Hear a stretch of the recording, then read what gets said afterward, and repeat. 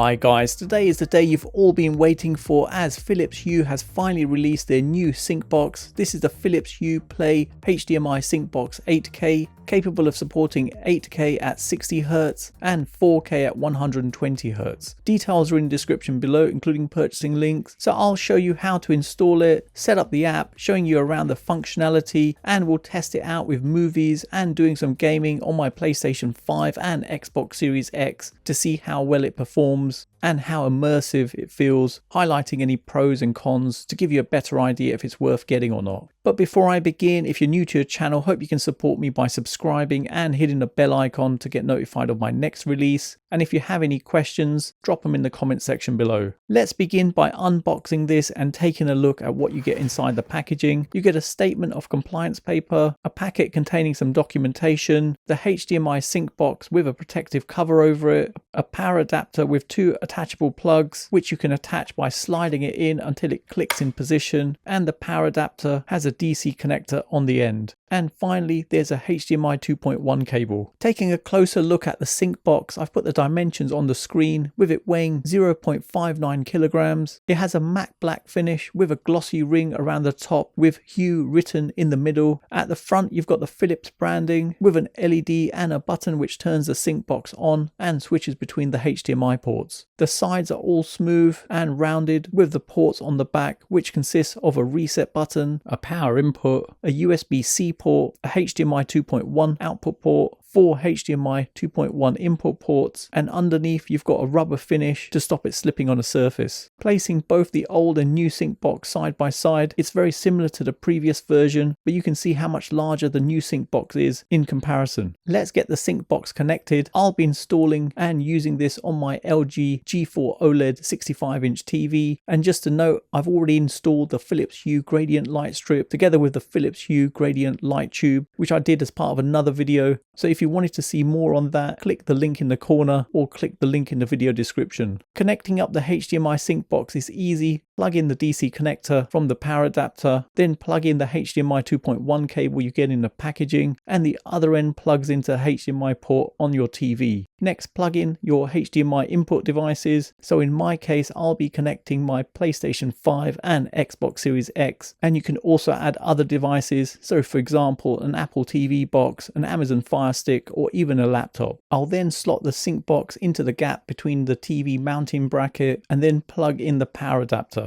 I already have the Philips Hue Bridge set up, and this uses Zigbee technology, giving a longer range than Wi-Fi. It allows you to add up to 50 lights and 10 accessories, giving you the ability to control your devices when you're away from home, and you're also able to link it to the Amazon or Google voice control products. Now let's get the Philips Hue devices set up. You'll need both the Hue app and the Hue Sync app, which are both available on Android and iOS. So going into the Hue app, you'll need to sign up with an account. Go into settings, accessories, click the plus icon and scroll down to select sync box. Click next, select yes to the question, is your sync box connected? Check the light on the front of your sync box is blinking blue, and then click yes to that. You're then informed that it's going to connect to the sync box via Bluetooth. Click next. Once it finds it successfully, you can scan the QR code that's on the back of the sync box. It's successfully connected, so you can configure it on your Wi-Fi network. So enter in your password. You'll now be asked to press the button on the sync box for 3 seconds. The sync box then checks for updates, and it's found one, so just click update to install it. Once the update is installed, the sync box needs to connect to the Hue Bridge, so you'll be asked to press the button on the bridge.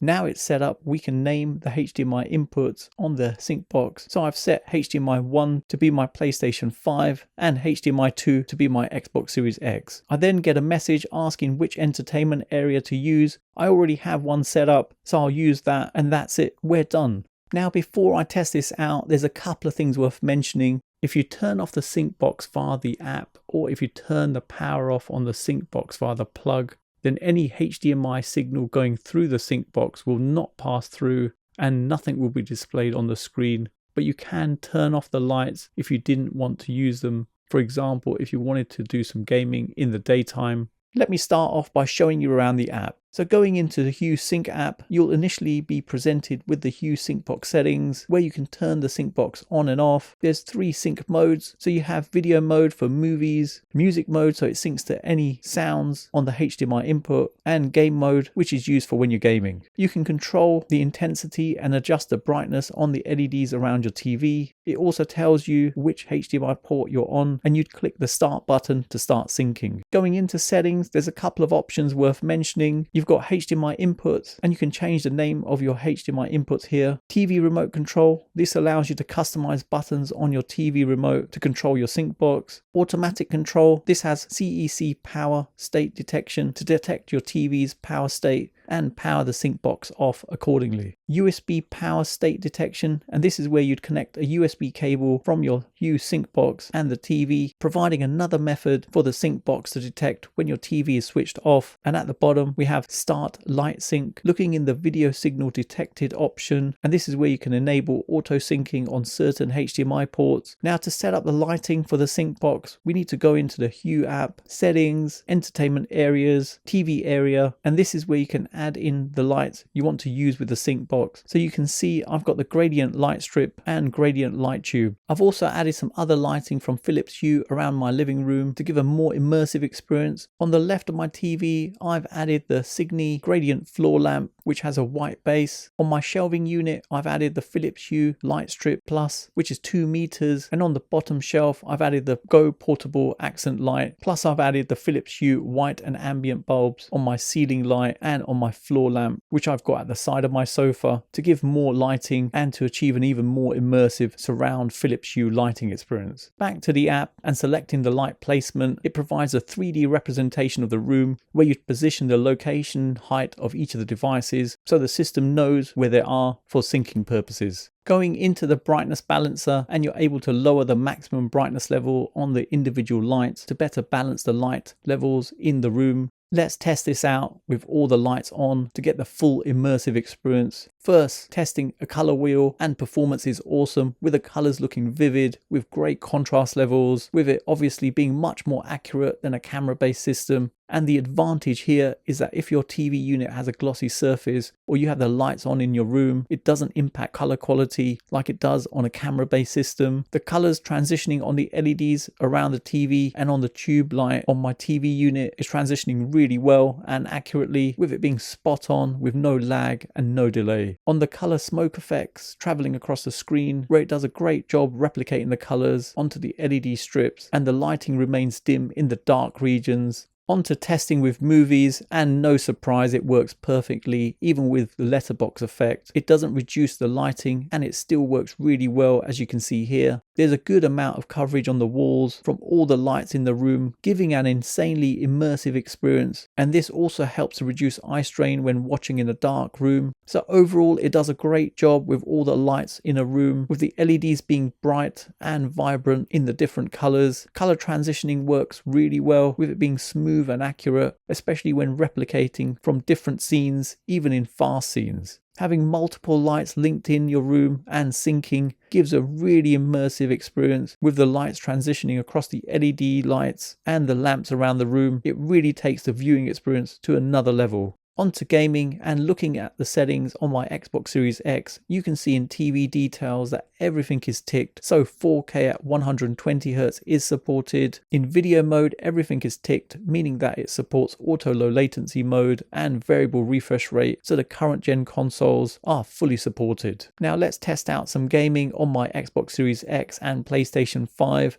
I've played a number of different games on this, and performance with the sync box and the LEDs is just awesome, with the visual effects providing an even more immersive experience throughout my whole room. Performance in the faster scenes is excellent, with the colors replicating from the screen to all the LED light strips and lights is really impressive, with no delays and color transitions looking really smooth. It even works really well in dead zones, and this is where the light levels are low or dimmer than the rest of the screen, with all the lights around you in the room dimming down, and performance was excellent even when transitioning colors in fast scenes. Testing out music sync, and this is where the lights sync along to the audio being played. This works pretty well, giving a cool vibe, but there's no additional options available on this, allowing you to adjust the settings on the lighting, which is a bit of a shame, I'd say. Static lighting wise, you might occasionally not want the lights syncing and you just want some mood lighting. For example, if you're just watching TV or using one of the smart apps on your TV. So going into the Hue app, there's a selection of different colors ranging from single to a combination of colors, where on some of them you'd see a play button. So if you press that, it does a very subtle transition of the colors, with it being so smooth and subtle that you're not able to notice, but in the background it is transitioning. Personally, I really like this option, as you have a great selection of color schemes helping to set a vibe in your room, and the quality of the lighting on this looks stunning, probably the best I've seen from all the different lighting brands I've tested over the years. Expandability wise, Philips Hue has a large number of lights available that you could link into this ecosystem, making this a serious game changer when watching movies or gaming, as the lights sync along with what's happening on the screen. In addition, you could also link in other accessories, like for example, I've linked in the Philips Hue Smart Dimmer, which gives me a quick way to turn the lights on or off, together with changing colors and brightness levels, rather than having to go into the app and doing it in there. So in summary, it's great to see Philips Hue have finally introduced a HDMI 2.1 sync box capable of handling the current gen gaming consoles. Pair the sync box with multiple Philips Hue lights, placing them around your room to give the most immersive viewing experience, and seriously, the experience is just unreal. Even the predefined lighting scenes look absolutely stunning, which you can set from the app. Negatives wise, as a sync box relies on a HDMI input, it won't be able to sync with content not going via the sync box. So if you use the aerial on your TV, that won't work, together with inbuilt smart apps on your TV. And price wise, it's pretty expensive considering the sync box doesn't come with any LEDs. So quite a big investment if you're planning on getting this and getting multiple lights in your room. Since the lights aren't directly connected to the sync box, there is a subtle delay in the light syncing,